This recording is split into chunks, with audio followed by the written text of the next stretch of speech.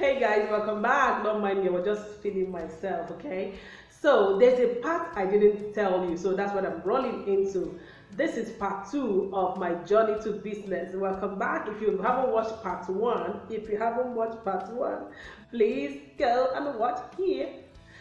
Tap this and watch there before you come back here. That way you can follow. Okay, so living in Abuja at that time, I had started this work. I was being excited that I was going to be paid for editing. I mean, this is something I have done for free. So it got to me that I needed to stay here, but I still had the challenge of accommodation because 2 weeks, into the job, the place where we were staying in Abuja, the owner asked us to leave. Long story short, but anyway, asked us to leave. Before then, he was kind of a wealthy man. He had this international connection. Before the 2 weeks, he was out of the country where we moved into his house. So when he got back, I just went ahead, even though I was working in this media place. When I told him I had started a job, he wasn't really excited, but I didn't know why. Then he kept telling me that I should start a business instead. If I needed a business loan, he was willing to give me, or even a grant to start. But I wasn't in that zone at all. Like, I didn't understand, I didn't see myself doing business, and I don't know why. But of course, I've already mentioned how that maybe I didn't have the foundation, so I didn't understand what it entailed. So this was somebody offering me even money, yet I couldn't see myself start a business. I was thinking, what name am I going to call it? What am I going to be offering? I was just in that zone. 27, guys. This is an age where a lot of people I see now, a few people I see now, even run a group of companies. I mean, I've had a boss actually who was not even 25 years when she was my boss, and she was managing big real estate projects, handling hundreds of workers on site, traveling out to buy stuff, managing the school. So look at me at 27. I wasn't even understanding what it means to run a business. Late bloomer things, it doesn't matter. But anyway, so I had the challenge of accommodation because this man was getting very furious with me for not seeing what he's seen. He said I should register a business and he's going to give me money. I saw myself as being CEO or business owner was a lot of tasks. I didn't see myself managing people, managing process, and I didn't also have an idea at all of what kind of service to render. I think that was it. I know somebody watching me is like, exactly. When you are at that point, don't worry. Telling my story might help you. So he asked us out of his house, and I had an extra challenge of accommodation. I needed to get a place to stay really fast. Now, by this time, it was I had worked in this organization for 3 months, going on 4 months, September, October, November, December, 4 months. And trust me, there was no salary. We were given stipends here and there, allowances to manage, and at a point, it became clear to me that yes, you're excited about this thing, but you need to find something that will give you money. If not, you won't even be able to afford to go back home to see your parents once in a while. And then it dawned on me that I needed to do something fast. So I began to think, okay, these things that I do for this organization are things that I really love, are things I've been doing for free, especially the content editing part. And I started asking myself, is it possible I can start a content editing company offering corrections, grammatical corrections, structural corrections, plot correction, whatever it is, corrections for people who want to write books, website content, or any content at all that needs to be published. And then as I was thinking about it, it became clearer to me that yes, I could, yeah? And what I did was, first of all, I began to tell myself I was going to leave. But then I discussed with my boss, and he was very gracious enough to say, okay, if you want to do your own thing, you can still do it. Now, this was the first time I had to negotiate something that had to do with money or my welfare when it came to money entirely. So I started working there. We weren't getting most of the responses for sponsorship of our project, and the magazine wasn't in print yet. We were still working on the content, designing it and stuff, and I had to work with the graphic designer. So while I was doing that, I was also telling the graphic designer and the publishers who also have a lot of people that they publish for, that I render copy editing services. So I was hoping that some people can give me some jobs to do on a freelance basis, and that was where my business acumen started kicking in entirely. So it's okay to not know what to do, right? But it's not okay not to want to do it, not to want to find out. Now, in my own case, being broke and homeless pushed me to begin to think about starting a business. Now, this was me just over a few months before, offered money to start, and I couldn't figure it out. Don't be like me. So I started telling everybody I knew that I was a content editor, I was a copy editor. I finally designed a card. I still remember my boyfriend at the time designed a card for me. We learned how to do that design ourselves, printed a card. I wrote my name and the fact that I offer copy editing services, and I hit the street practically everywhere I could go. I hand my cards to people.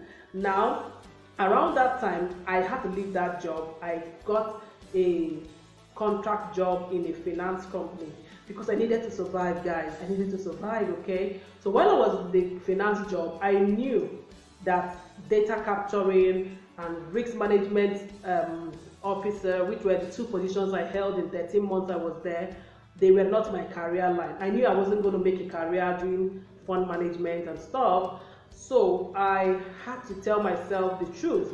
While I was there, I kept on, marketing my copy editing and content editing. I didn't even mind if somebody wanted to write a book. I knew what it entailed to also be able to get somebody who is busy and cannot write to write their books. So I was marketing them, and I started getting jobs.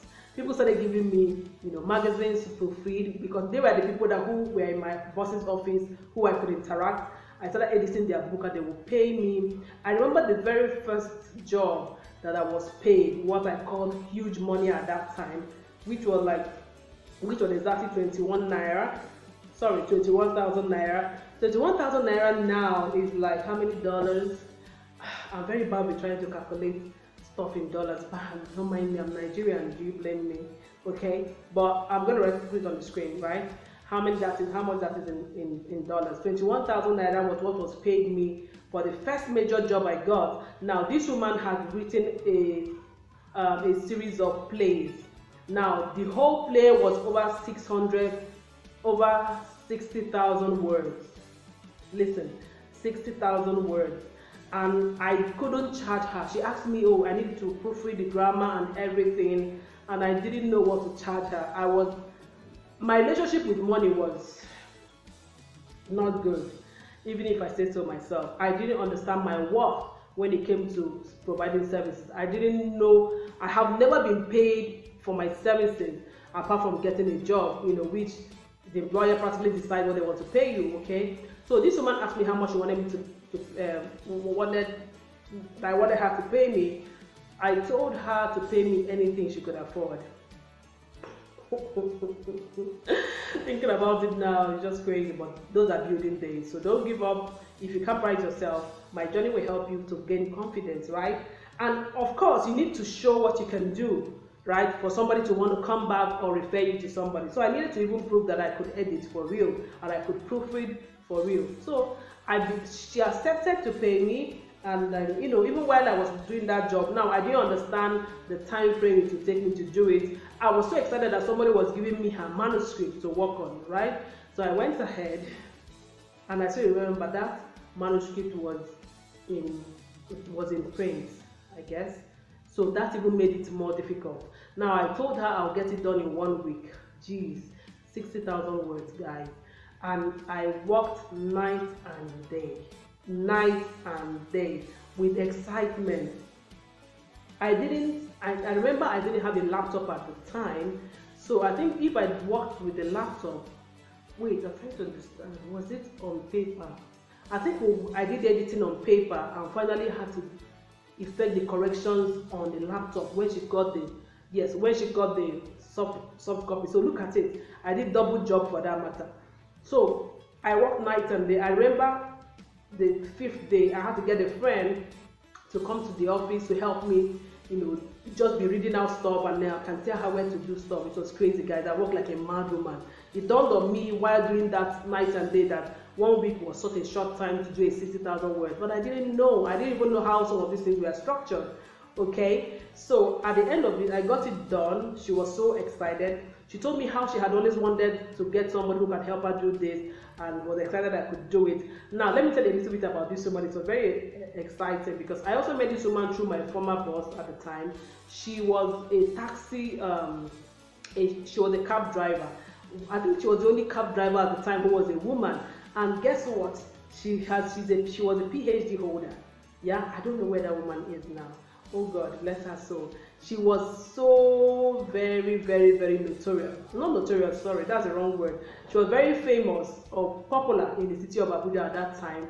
She had this, yes, and I remember that her books were in print. She had all these manuscripts. She carries it in her cab. She plays music in her cab. She offers you, I think, song or something, you know. But she had a very exciting taxi cab experience, right?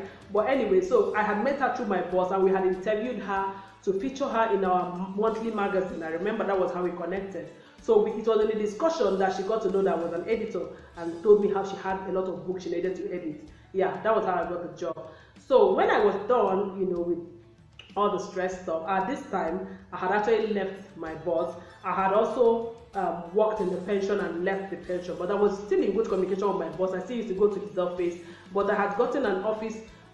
Somebody asked me to use his law firm to be able to write my stuff. The deal was also that I was going to edit their law document. They have this Supreme Court manuscript that they work on. Anyway, I never got to do those manuscripts, by the way. So so anyway, I was using the office at the time when I did this woman's job. I remember she visited me once or twice to check up on her work while I was in that office. That office was in Maitama in Abuja, and I finished that job and she paid me 21,000 naira. I remember holding the money like, oh God, I needed to go do Thanksgiving in church. It was my very first really paid job doing editing professionally, and that was 2010, if I'm correct. That was 2009, I think 2009, because I had left. I started the fund management job in January of 2008 and left in February of 2009. So it was between that period, that window where I wasn't in a paid job, that I had to done her job. It was so exciting for me, and I'm going to bring you the remaining how this started in real business and kickstarted what will become a great venture for me in 2021 still. Okay, so look out for the next video and subscribe so that you don't miss out. Put on the notification bell, tap the bell beside the subscribe button and click all. There's no other option for you but to click all. That way you will not miss any part of this series or anything that it is at all that I'm talking about. Okay, Kat here.